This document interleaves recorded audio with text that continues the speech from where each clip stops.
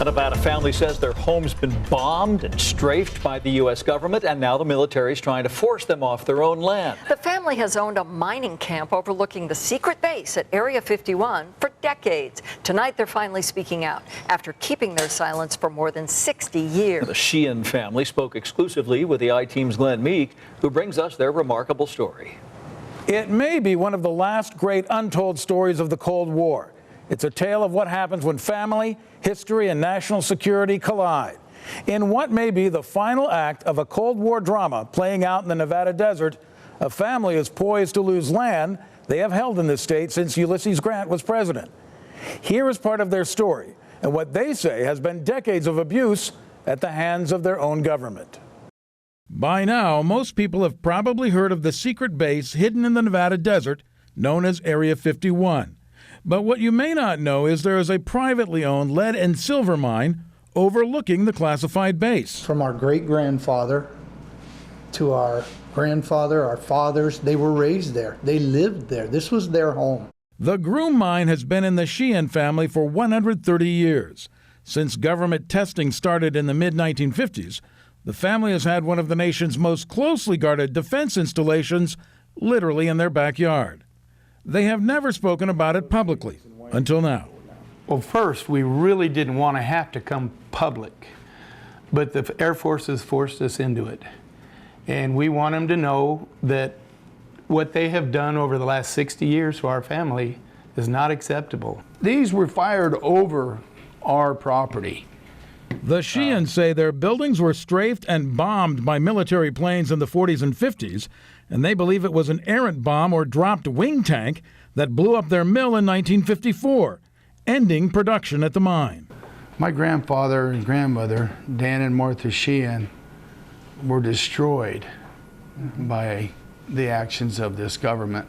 And we have some evidence that they absolutely were the culprits in that, and it was never addressed. They literally ran our grandparents out of money trying to fight them. They have driven away prospective business partners and told them, if you buy the place or try to operate it, we are going to condemn it, you're going to lose your money. In recent decades, the government has withdrawn large tracts of land around Area 51 and posted sentries to keep prying eyes off the base. We've been illegally searched. I was threatened to be arrested on a trip when I was going out one time. The guard told them that they wouldn't hesitate to shoot them. They held people at gunpoint. They withdrew 89,000 acres of land, surrounded our property, made us an island. But 6 years before that, they placed a security shack on the road that our grandfather built for access to our own property and started requiring us to go through their checkpoints. This map shows the location of the Groom Mine in connection with the former nuclear test site, the Nellis Gunnery Range, and Area 51, which today are under the same defense agency umbrella. But these secure areas grew up around the Sheahan's mine, which has been in the family since Ulysses Grant was president. Now, we're not saying what they're doing is unimportant and doesn't need to be protected. We get it, but we've been there alongside these people since 1955. Right. And the truth is, as we talked about often, is you can get more view of what's going on that base through Google Earth and pictures that are out there all over the internet that we haven't put out there. And what we're hoping is that our representatives say enough's enough. They need to step in and they need to fix this. Now, citing the incompatibility of private land in the middle of defense testing, the Air Force is essentially giving the Sheahans an ultimatum. Accept a $5.2 million buyout for the 400 acres in their possession, or face having the land condemned and taken through eminent domain. The Sheahans find the offer insulting. I mean, that's really what we're talking about.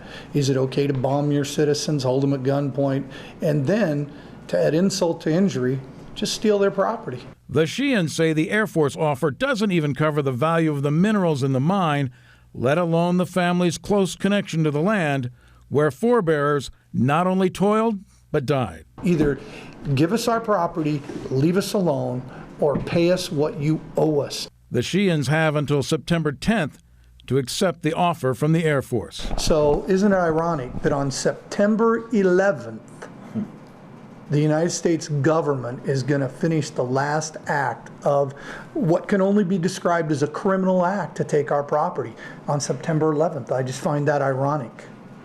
It's sad. Glenn Meek, 8 News Now. Now, the Sheahans say they have documents to support their assertions about having buildings shot up or blown up by the Air Force. They want everyone to know they consider themselves patriots and they respect the Air Force, but they believe the Air Force's offer is woefully inadequate.